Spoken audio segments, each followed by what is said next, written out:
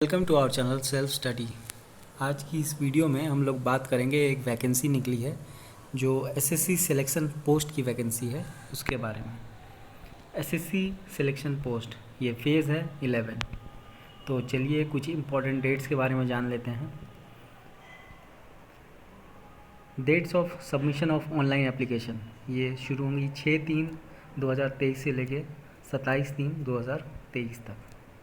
ये आपका एक इम्पॉर्टेंट पॉइंट था जो बताना ज़रूरी है। और dates of computer based examination आप देख सकते हैं।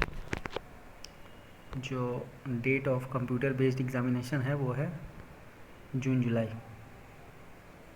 इसको भी आप ध्यान रखिएगा। अब चलिए देखते हैं अगले शीट्स की तरफ क्या होता है।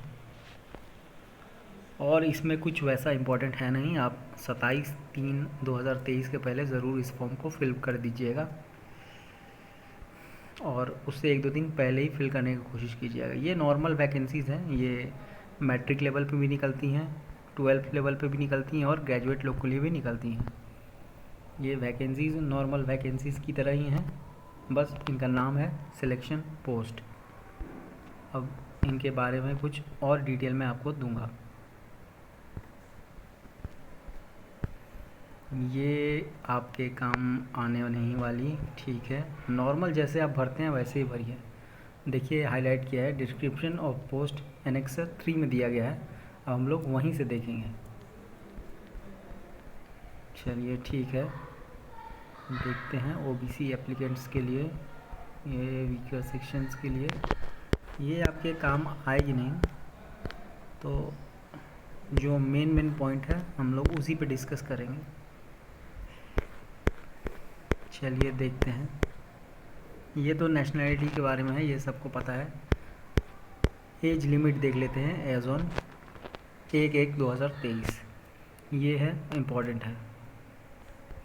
1/1/2023 आपकी एज क्या होनी चाहिए? जो परमिसिबल एज है वो तो हम जानते ही हैं। अगर SC/ST कैंडिडेट हैं आप, 5 ईयर्स प्लस भी होंगे तो चलेगा। ओबीसी कैंडिडेट के लिए 3 ईयर्स का रिलैक्सेशन है।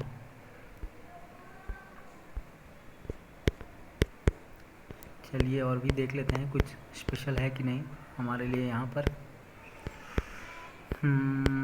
फॉर्मेट्स ऑफ सर्टिफिकेट्स, इनकी वैकेंसीज़ मैं देखना चाहता हूँ, वैकेंसीज़ की तरह हैं, तो एक ब्रीफ आइडिया हम लोगों को जल्दी से मिलेगा। Online fee can be paid by the candidate up to 28/3/2023। आप इससे पहले ही ऑनलाइन अपना पेमेंट फ़ीस कर दीजिएगा, नहीं तो मुश्किल हो जाएगा।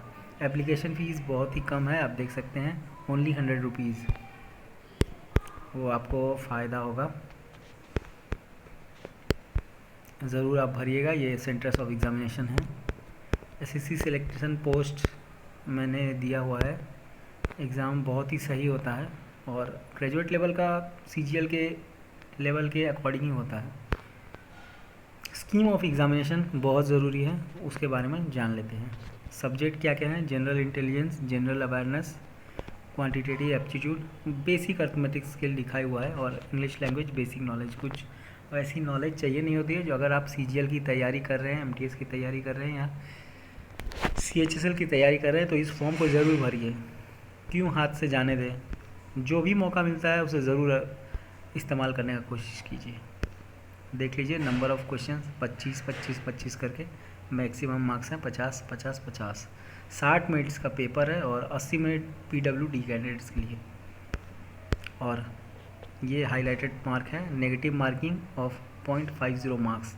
वहाँ पर आप ध्यान रखिएगा, वो 1/3 कटता है, यहाँ पर डायरेक्ट हाफ मार्क्स कटेंगे अगर आपने गलत किया तो। ये कंप्यूटर बेस्ड एग्ज़ाम है, ये बेसिक्स की जानकारी दी गई है। मैट्रिकुलेशन लेवल के लिए ये सिलेबस है, हायर सेकेंडरी के लिए सिलेबस ऑलमोस्ट सेम है। आप अगर CGL की प्रिपरेशन कर रहे हैं, ये फॉर्म ज़रूर भरिएगा। इसमें कुछ है नहीं। इसका एक मिनिमम क्राइटेरिया भी होता है वो पास करने का, वो 35% होता है शायद, या 30% होता है। तो आपको 30 या 35% तो लाने ही होंगे, और उतने से काम तो बनेगा नहीं, लेकिन फिर भी एक जनरल प्रोसीड्योर होता है जो इस फॉर्म में मेंशन रहता है। देखिए, इसीलिए मैं बात कर रहा था। Candidate scoring less than cut off marks as given below will not be consider for the next stage. आपको इससे बहुत ज़्यादा लेने हैं, लेकिन ये बस लिखा गया है कि एटलीस्ट इतने तो होने चाहिए। अगर मान लीजिए आप अकेले भी एग्ज़ाम दे रहे हैं और आपने 30% मार्क्स नहीं लाया तो आपको कंसिडर ही नहीं करेंगे। तो उस हिसाब से ये लिखा हुआ है। अब ये देख लेते हैं। In ratio of 1:30 for 5 vacancies for any categories of post. अगर एक वैकेंसी के लिए वो 30 लोग बुलाएंगे, उससे छट के फिर आपका सिलेक्शन होगा। ये भी इम्पोर्टेंट था, ये भी जानना बहुत ज़रूरी था। Candidates who are shortlisted for the next stage of scrutiny will be required to submit self-attested copies of all supporting documents in respect of educational qualification, experience, category, age। ये एक सिलेक्शन पोस्ट ऐसा है, इसमें किसी किसी post में experience भी लगता है, तो ये भी आप बात ध्यान रखिएगा। जैसे ही आप फॉर्म फिलअप करते हैं, मैं इसके बारे में और एक वीडियो बनाऊंगा। इस सिलेक्शन पोस्ट में क्या होता था, मैंने जब भरा था शायद सिलेक्शन पोस्ट 8 भरा था मैंने, यह 11 निकल गया है। तो उसमें क्या होता था, आपको डॉक्यूमेंट्स जो है वो भी सेंड करने पड़ते थे। एड्रेस दिया हुआ है, डॉक्यूमेंट आप सेल्फ अटेस्टेड करके भेजिएगा। इसमें देखते हैं, अगर वैसी कोई भी जानकारी मुझे मिलेगी तो मैं ज़रूर बोलूँगा आपको। भेजने हैं कि नहीं भेजने हैं वो भी क्लियर कर दूँगा। मुझे लगता है कि अब वो सब नहीं भेजना पड़ता है, पहले आप एग्ज़ाम क्वालिफाई कीजिए, उसके बाद आपको डॉक्यूमेंट वेरिफिकेशन होगा। नहीं तो पहले क्या होता था, पहले ही आप लिफाफे में भरिए और पहले भेजना पड़ता था, उस हिसाब से एडमिट कार्ड आता था। और देखते हैं कुछ हमारे लिए जानकारी है कि नहीं। ठीक है, ये सब नॉर्मल जानकारी है, और तो ये है ही। अगर आप 1/1/2023 तक, अगर आपके पास मान लीजिए अगर हायर सेकेंडरी लेवल का भर रहे हैं, अगर हायर सेकेंडरी का मार्कशीट नहीं है तो उसको आप मत भरिए। मैं आपसे विनती करता हूँ कि आप क्लास 10 तक का ही भरिए। जो आपके पास सर्टिफिकेट आ जाता है 1/1/2023 तक, उसी का आप फॉर्म भरिए, वही आपके लिए सही होगा। और ये है डिवाइडमेंट पीरियड। अगर आप चीटिंग करते हैं वगैरह तो उसके लिए आपको एसएससी सज़ा दे सकती है कि आप 3 साल या 5 साल जिस हिसाब से आपने काम किया है उस हिसाब से एसएससी का एग्ज़ाम ही नहीं दे पाइएगा। तो ये सबसे दूर रहिएगा। पास याद रखिएगा वही कैंडिडेट करते हैं जो घर से पढ़ के जाते हैं। अगर आप ये सोचिएगा कि मैं घर से पढ़ के नहीं जाऊँ और वहाँ जुगाड़ करूँगा तो फिर आपका मुश्किल है चांस। तो जितना हो सके घर में मेहनत कीजिए और जुगाड़ू मत बनिए।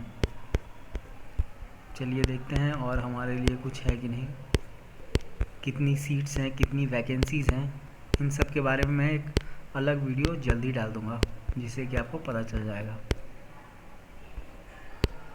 अभी सीट्स और वैकेंसीज रीजन के हिसाब से निकलती हैं इसमें, ये एक अच्छा बात है। तो आप जहाँ भी आपका घर हो या आपको उस हिसाब से भरना है अपने क्वालिफ़िकेशन के हिसाब से। और भी देख लेते हैं पार्ट 2 ऑनलाइन एप्लीकेशन फॉर्म। ये फॉर्म के बारे में है, फ़ोटोज़ की जानकारी दी गई है इसमें। फ़ोटोज़ 3.5 × 4.5 सेंटीमीटर्स में होने चाहिए और 20 KB से 50 KB के अंदर ही होनी चाहिए। ये आप अपने फ़ोन से भी कर सकते हैं। अपना फ़ोटो पासपोर्ट साइज़ का अगर होगा उसे क्रॉप कीजिए अच्छे से और किसी भी गूगल के वेबसाइट पे लिख दीजिए कि मुझे फ़ोटोज़ का साइज़ ये चाहिए या कम करना है या ब्रॉड करना है, वो कर देगा आपको। अपने फ़ोटोज़ अच्छे से यूज़ कीजिए, फ़ोटोज़ और स्कैन सिग्नेचर भी, वो भी आप आराम से गूगल पे टाइप करके कर सकते हैं। और अगर आपको कोई भी दिक्कत हो तो आप नीचे कमेंट कर सकते हैं, मैं आपकी ज़रूर हेल्प करूँगा। यहाँ देखिए कैसे अप्लाई करना है वो भी दिया गया है।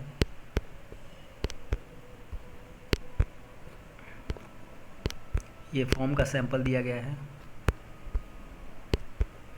फॉर्मेट ऑफ एससी सर्टिफिकेट, ये रहा डिसेबिलिटी सर्टिफिकेट का फॉर्मेट। ये सब हमारे उतने काम नहीं आएगा, जिनके काम आएगा वो देख सकते हैं। पूरा का पूरा ये है आपका। ये फ़ोटोज़ के कुछ एग्जांपल हैं। आपको ऐसी फ़ोटो अपलोड नहीं करनी है टू डार्क विद गॉगल्स, ऐसी नहीं, सिंपल सी अपनी नॉर्मल सी पासपोर्ट साइज़। ऑफ कोर्स आप एक सिंसियर कैंडिडेट होने चाहिए अगर आप फॉर्म भरते हैं तो, और मैं आपसे यही विनती करूंगा कि आप ज़रूर फॉर्म भरिएगा, क्योंकि जो भी आप CGL, CHSL या MTS में प्रिपरेशन कर रहे हैं तो उसके लिए आपको ज़रूर हेल्प करेगा। अब इसकी जानकारी मैं एक और वीडियो बनाऊंगा तो उसमें दूंगा, या फिर मैं कोशिश करता हूं कि शॉर्टकट में आपको बताता चलूँ। देखिए ये लेवल 6 है, ये ग्रेजुएशन है लिखा ही हुआ है। ये मैट्रिकुलेशन का एक है, देखिए कैंटीन अटेंडेंट NWR में, नॉर्थ वेस्ट रीजन में, अगर आप हैं तो देख सकते हैं। और इसके बारे में डिटेल्स फिर अलग से दी गई है। लेवल 6 के बारे में ग्रेजुएशन एंड अबव। ये लेवल 4 हायर सेकेंडरी की देखिए एक डिप्टी रेंजर की भी जॉब है, इसके बारे में डिटेल्स नीचे दी गई है। अगर आप अपने रीजन में देख लीजिए, अगर हो सके तो ज़रूर भरिए, ये बहुत ही अच्छा मौका है, मेरे ख्याल से इसे नहीं छोड़ना चाहिए।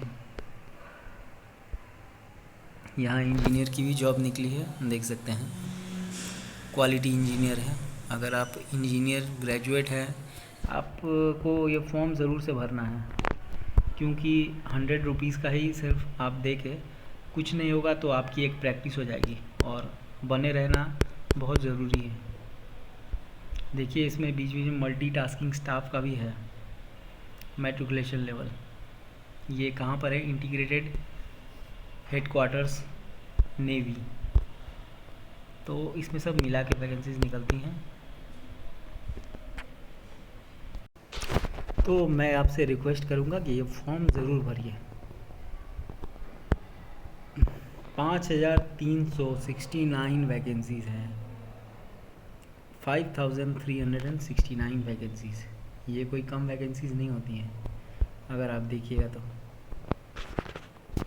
हम लोग, मैंने जब भरा था शायद बहुत ही कम वैकेंसीज़ निकली थी, लेकिन ये बहुत ही एक अच्छा मौका है, आप लोग इसे चाहे तो भुना सकते हैं। आपका देख लीजिए, ये है एग्जैक्ट वैकेंसीज़,